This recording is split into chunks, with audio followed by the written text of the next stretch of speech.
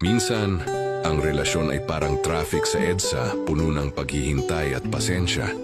Pero kapag parehong nagtiyaga, nakikita mo na worth it ang bawat oras na naghintay kayo sa isa't isa. Love doesn't always have to be perfect, basta may understanding. Hindi lahat ng misunderstanding ay dahilan para sumuko. May mga araw na magkaiba kayo ng opinyon, pero sa huli, ang mahalaga ay nagkakaintindihan kayo at handang mag-adjust. Ang small gestures ng care ay nagbabalik ng spark sa relasyon.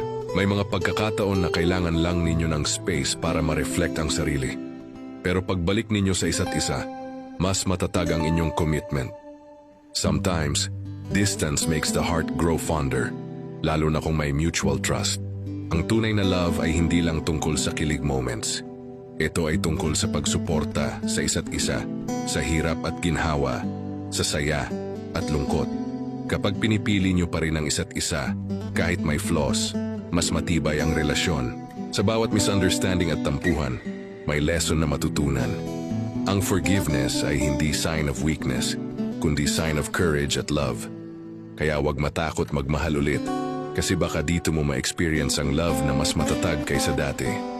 Deserve mo yung relasyon na tahimik, yung hindi lang para sa mental health mo, kundi pati sa puso at kaluluwa mo.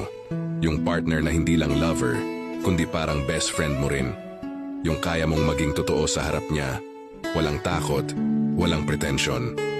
Deserve mo yung tao na hindi ka pinipilit maging someone else, kundi tanggap ka kung sino ka talaga.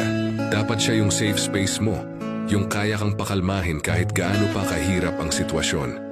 Kapag pagod ka na sa mga problema ng buhay, siya yung tipong sa kanya mo gustong umuwi. Hindi yung dagdag pa sa bigat ng dala mo.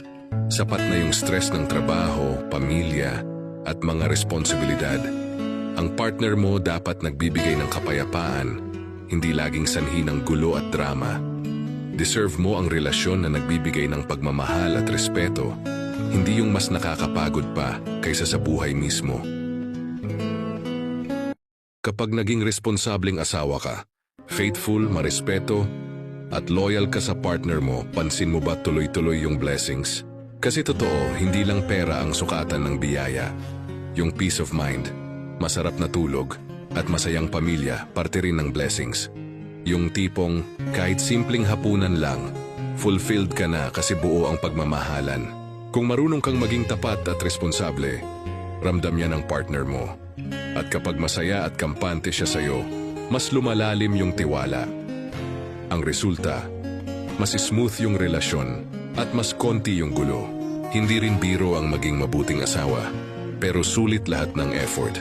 Kasi ang kapalit nito, yung respect na hindi nabibili. Respect na kusa niyang ibinibigay dahil pinaparamdam mo sa kanya na priority siya. Minsan yung blessings hindi agad obvious. Pero kapag consistent ka sa pagiging mabuti at loyal, mararamdaman mo unti-unti. Sa simpleng paraan, binabalik ni Lord yung kabutihan mo. At tandaan, ang tunay na relasyon ay partnership. Hindi lang dapat isa ang nagsasakripisyo, kundi parehong nag-aalaga sa isa't isa. Doon talaga dumadaloy yung blessings na hindi natatapos. Hindi love ang nagpapatagal ng relasyon bukod sa taas, isa rin ang pera. Una, akala ko sapat na ang pagmamahal. Akala ko pag mahal nyo ang isa't isa, kakayanin na lahat. Akala ko teamwork at tiwala lang ang kailangan. Hanggang dumating yung totoong laban. Bills, kuryente, pagkain, utang, bigla ang emergency. Doon ko na gets na hindi love, ang tunay na test ng relasyon, pera pala. Ito yung real talk na ayaw harapin ng marami. Kapag kapos sa pera, lahat nagiging issue.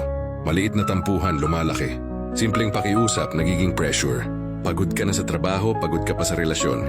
Hindi dahil kulang kayo sa effort, kundi dahil stress na ang may control.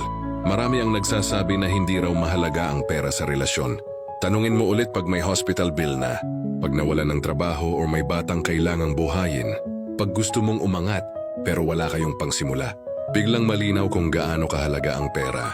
Hindi sa luho kundi sa seguridad. Ang pagmamahal hindi nagbabayad ng bills. Ang lambing hindi pambayad ng utang. Ang pangako hindi pang down payment. Kaya maraming relasyon ang bumibigay, hindi dahil walang love, kundi dahil walang plano at walang sapat na pera. Mas masakit pa dito, kapag lalaki ka at wala kang direksyon sa pera. Kahit mabuti kang tao, unti-unti mawawala ang respeto. Hindi ka iiwan agad. Pero mararamdaman mo ang lamig at distansya, Yung parang wala ng gana. Hindi dahil masama ang partner mo, kundi dahil security ang hanap, hindi lang kilig. Gusto ng matibay, hindi puro salita. Hindi lahat ng babae gold digger pag gusto ng stability. Hindi materialistic ang relasyon pag pinag-uusapan ng pera. Maturity yan, responsibility yan, totoong buhay yan. Kung seryoso ka sa relasyon, seryosohin mo rin ang pera. Magplano, mag-ipon, mag-level up. Pag-usapan niyo ang finances bago kayo maubos sa away. Kasi sa totoong buhay, love keeps you together but money keeps you stable. At walang relasyong tatagal kung pareho kayong lumulubog. Marami ang nagmamahalan pero hindi handa sa realidad. Puro pangako, pero walang konkretong hakbang. Love is important, pero preparation is everything. Hindi kailangan maging mayaman agad. Ang mahalaga may direksyon at malinaw na plano. Yung alam mong may patutunguhan kayo. Mas nagiging matibay ang relasyon kapag pareho kayong lumalaban. Hindi nagbibilangan, hindi nagsisihan. Bagkus nagtutulungan kahit mahirap. Communication matters lalo na pag-usapang pera. Hindi ito dapat iniiwasan o kinakahiya. Mas okay ang klaro kaysa puro assumptions. Sa huli, ang relasyon ay partnership. Hindi isa lang ang bumubuhat, pareho kayong gagalaw para sa mas maayos na bukas. Love will never tolerate wrongdoings. Love is not blind acceptance of everything you do. Huwag kang makonfuse sa ibig sabihin ng love. Hindi porket mahal ka ng isang tao, okay lang kahit mali na. Love doesn't mean tolerating your mistakes. In fact, love can be painful, lalo na kapag nasa context ng correction. Hindi ito palaging masaya. Minsan, love will push you to confront uncomfortable truths. Kapag mahal ka ng isang tao, hindi ka nila hahayaan maligaw. Masakit man marinig ang pagtutuwid, pero ginagawa yun dahil mahal ka. Hindi dahil gusto ka nilang saktan, kundi dahil ayaw nilang tuluyang masaktan ka ng mga maling desisyon mo. Love means having the courage to correct you.